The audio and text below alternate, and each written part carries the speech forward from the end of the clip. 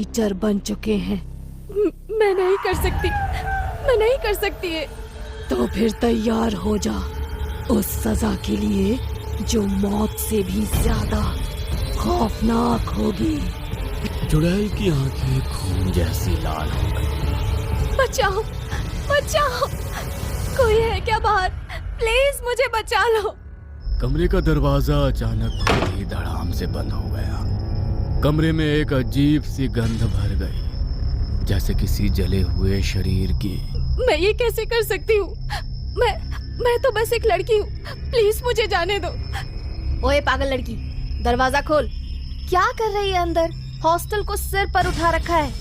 फिर अचानक दरवाजा खुल गया और कमरे का सारा तूफान जैसे एक झटके में शांत हो गया, जैसे कुछ हुआ ही नहीं हो। इतना चिल्ला क्यों रही थी? हम सबको डरा दिया तूने। फिर से ड्रामा किया तो जान से मार देंगे, समझी? उनके बाहर निकलते ही रवीना भी दौड़ती हुई बाहर निकली और सीधे संजना के पास पहुंची। संजना, वो फिर से आई थी। तू सही कह रही थी, तू घर चली जा। मेरे मम्मी पापा मेरी बात नहीं सुनते, उन्हें लगता है मैं बहाने बना रही हूँ। संजना ने तुरंत रवीना की माँ को कॉल किया और पूरी बात बताई। देखो बेटी, हमें पता है रवीना पढ़ाई से भाग रही है, हमें इस बकवास में कोई दिलचस्पी नहीं है। आपकी बेटी खतरे में है, सुन रही है ना आप? फोन कट गया। रवीना की आंखों से फिर आंसू बहने लगे। तो मेरे रूम में रह ले कुछ दिन, मैं अपना मोबाइल ले आऊं बस, फिर चलते हैं। रवीना जैसे ही अपने कमरे में मोबाइल लेने पहुंची, उसकी चीख निकल गई। वही जली हुई औरत। क्या हुआ रवीना? जैसे ही संजना कमरे में दाखिल हुई, दरवाजा खुद ब खुद जोर की आवाज के साथ बंद हो गया। पूरे कमरे में अंधेरा फैल गया। हमें छोड़ दो, हमें जाने दो। हम आज के बाद इस रूम में नहीं आएंगे, हमें जाने दो। लेकिन चुड़ैल एक झटके में संजना के पास पहुंची, उसे गर्दन से पकड़ा और एक झटके में उसकी गर्दन तोड़ दी। तुझे उन सीनियर से बदला लेना था, तूने मेरी दोस्त को क्यों मारा? मैं तो सबको मारूंगी, पूरे कॉलेज को। किसी ने मेरी मदद नहीं की थी। उसका ये पागलपन देखकर रवीना एक कोने में बैठ गई और अपने मोबाइल पर इस बारे में सर्च करने लगी। Godavari girls hostel, room number 13। उसकी आंखें फैल गई। शकुंतला एक मानसिक रूप से अस्थिर छात्रा, जिसने एक सीनियर लड़के से प्रेम किया। जब उसे रिजेक्ट किया गया, उसने सीनियर लड़के को कमरे में बुलाकर आग लगा दी, पर खुद जलकर मर गई और लड़का बच गया। तुम्हें किसी ने नहीं जलाया, तुमने खुद ये किया था। ये सब तुम्हारी गलती थी।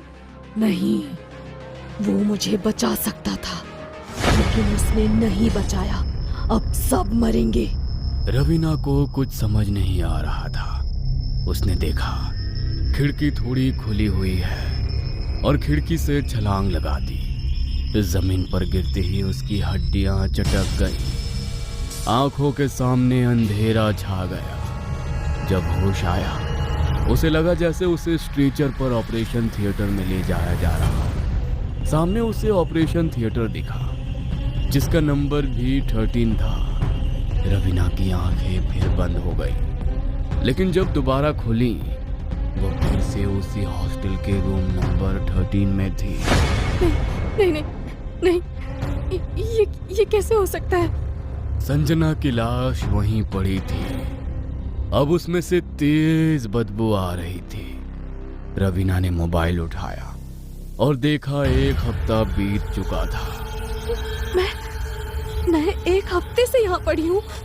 नहीं नहीं, निकालो मुझे, निकालो। कोई है क्या? कोई तो खोलो ये दरवाजा। आखिरकार एक दिन बाद दरवाजा खुला। बाहर खड़े थे काजल, पूनम और हॉस्टल गार्ड। अरे ये क्या हाल बना रखा है? पगला गई है क्या पूरी? तूने संजना को मार डाला। उसने काजल को नीचे गिराया और लातों से मारने लगी। पूनम चीखने लगी। तुम सब इसके जिम्मेदार हो, सब। उसने दरवाजा जोर से बंद कर लिया और तभी वही डरावनी चुड़ैल फिर से सामने आई। अब मेरी बारी है।